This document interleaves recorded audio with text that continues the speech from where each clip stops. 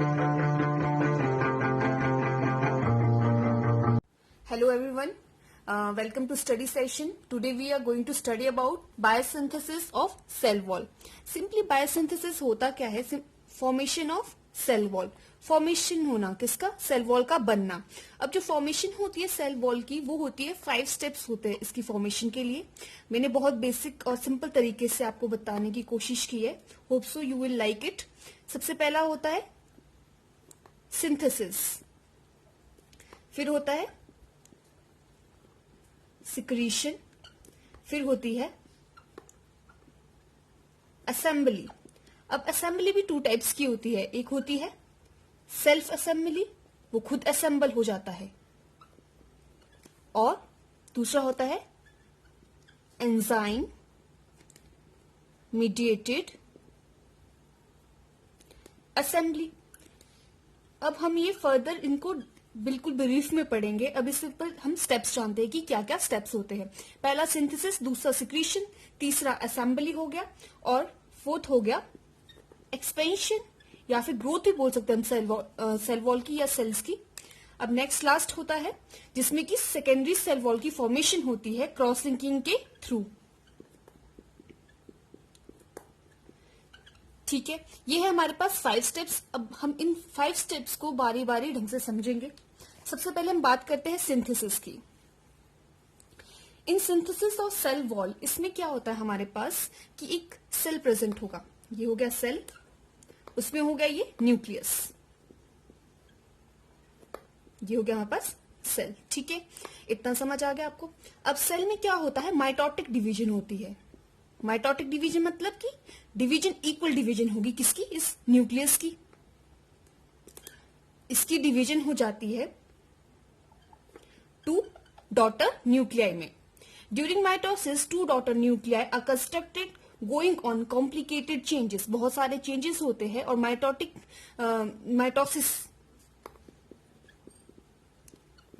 की वजह से किसमें हो जाती है डिवाइड? ये 2 डॉटर न्यूक्लियाई में डिवाइड हो जाएगी. अब ये जब 2 डॉटर न्यूक्लियाई में डिवाइड हो जाएगा कोई सेल, अब क्या होगा इसमें? Further protoplasmic material accumulated at equatorial region. जो इक्वेटोरियल रीजन है ये कौन सा होता है? Equatorial region. जो इक्वेटोरियल रीजन है सेंटर में, वहां पे क्या होता है? एक्यूमुलेशन हो जाती है किसकी? मटेरियल की. अब बताऊंगी मैं कैसा मटेरियल एक्यूमुलेट होता है. जो कि क्या करते हैं? डिवाइड कर देती है किसको? 2 डॉटर न्यूक्लियस को. और जो इक्वेटोरियल रीजन में मटेरियल एक्यूमुलेशन होती है, Golgi vesicles, endoplasmic reticulum cisternae, microtubules वगैरह, ये एग्रीगेट हो जाते हैं और क्या फॉर्म करते हैं? जो इक्वेटोरियल रीजन में सेल प्लेट बना देते हैं. क्या बनाते हैं? सेल की प्लेट. तो ये बहुत इंपॉर्टेंट स्टेप है जिसमें क्या फॉर्मेशन हो रहा है हमारे पास? सेल प्लेट का फॉर्मेशन हो रहा है. फाइन.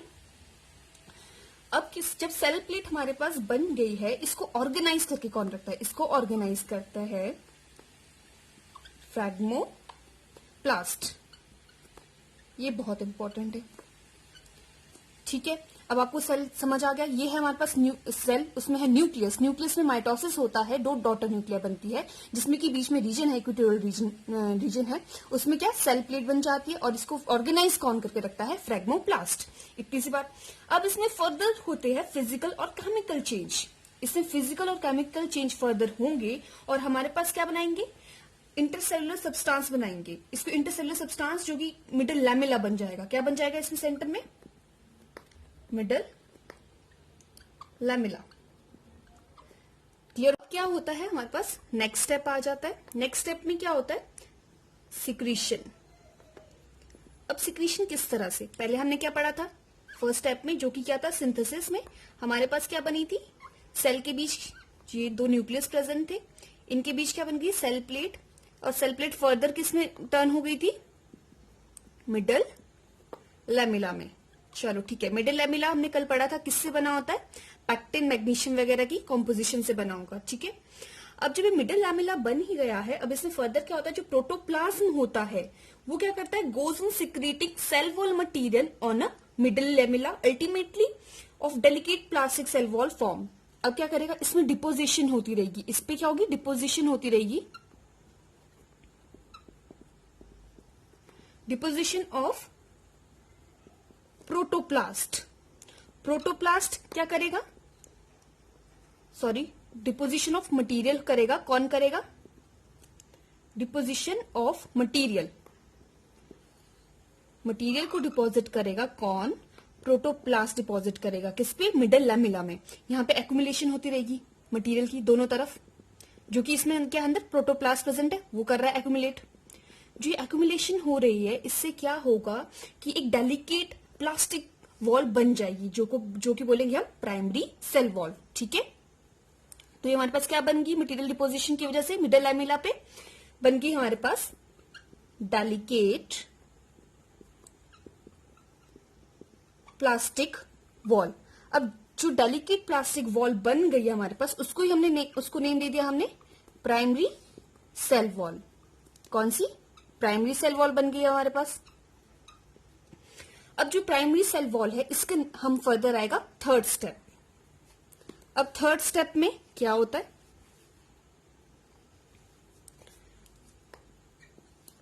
थर्ड स्टेप पढ़ा था हमने असेंबली। अब असेंबली क्या होगा? जो ये वॉल तो बन गई है हमारे पास, पर इसकी असेंबली करेगा ये ढंग से, इसकी डिपोजिशन अच्छे से करेगा। अब ये खुद डिपोजिट होगी और या फिर एंजाइम हेल्प करेगा डिपोजिशन के। तो हमने इसके 2 टाइप्स पढ़े थे। एक था सेल्फ असेंबली, वो खुद असेंबल करेगा। इसका सेलुलोज होगा, हमें सेलुलोज होता है, इसमें वाटर होता है, इसमें पैक्टिन होता है, हमने पढ़ा था। अगर आपने नहीं पढ़ा है तो आप एक टॉपिक है स्ट्रक्चर ऑफ सेल वॉल, उसमें आप जाके देख सकते हैं। मैं आपको लिंक डिस्क्रिप्शन बॉक्स में डाल दूंगी। अब देखिए इसमें सेल्फ असेंबली में क्या पढ़ा था हमने कि जो इसमें हमें सेलुलोज है, पैक्टिन वगैरह, वो अच्छे से असेंबल हो जाता है, वो सेल्फली मतलब खुद ब खुद हो जाएगा असेंबल। और एक कौन सा होता है? Enzyme linked. उसके लिए हमें एंजाइम की जरूरत पड़ती है असेंबली के लिए। अब एंजाइम कौन सा? ये एग्जांपल है ज़ाइलोग्लुकन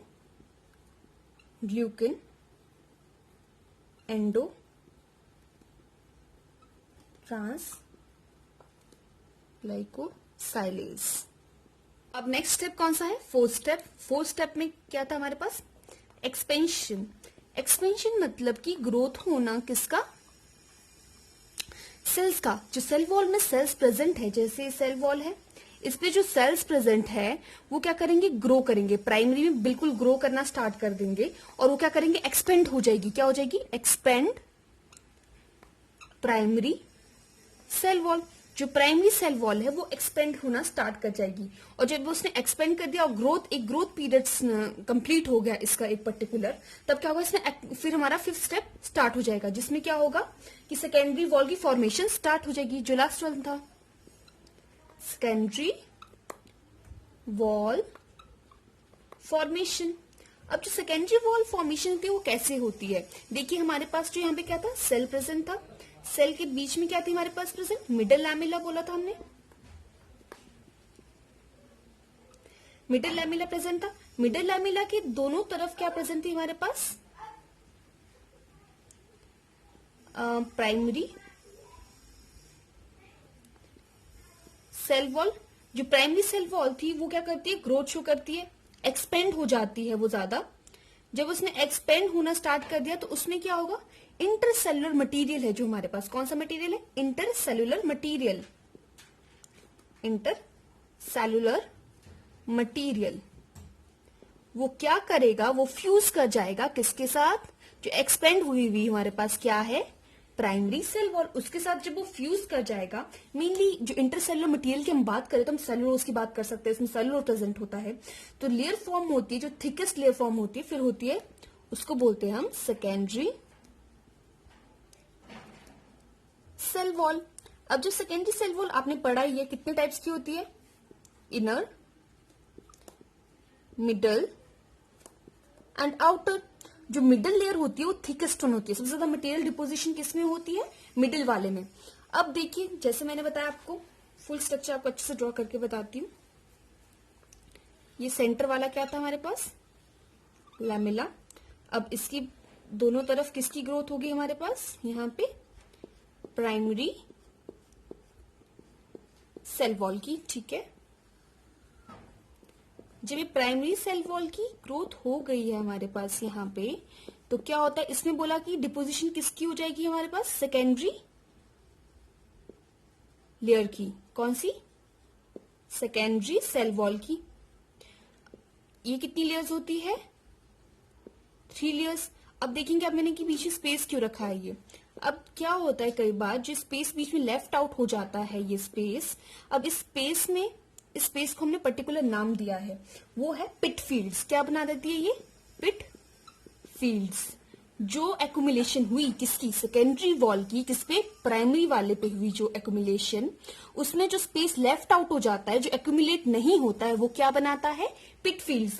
अब जो पिट फील्ड्स होते हैं उसके थ्रू क्या, फाइन फाइब्रिल जाते हैं।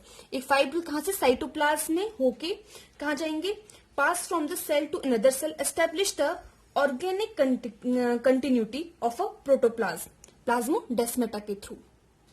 ये फर्दर प्लाज्मोडेस्माटा फॉर्म कर देता है। Hope so all the concepts regarding these topics are clear. So please like, share and subscribe my channel, and thank you.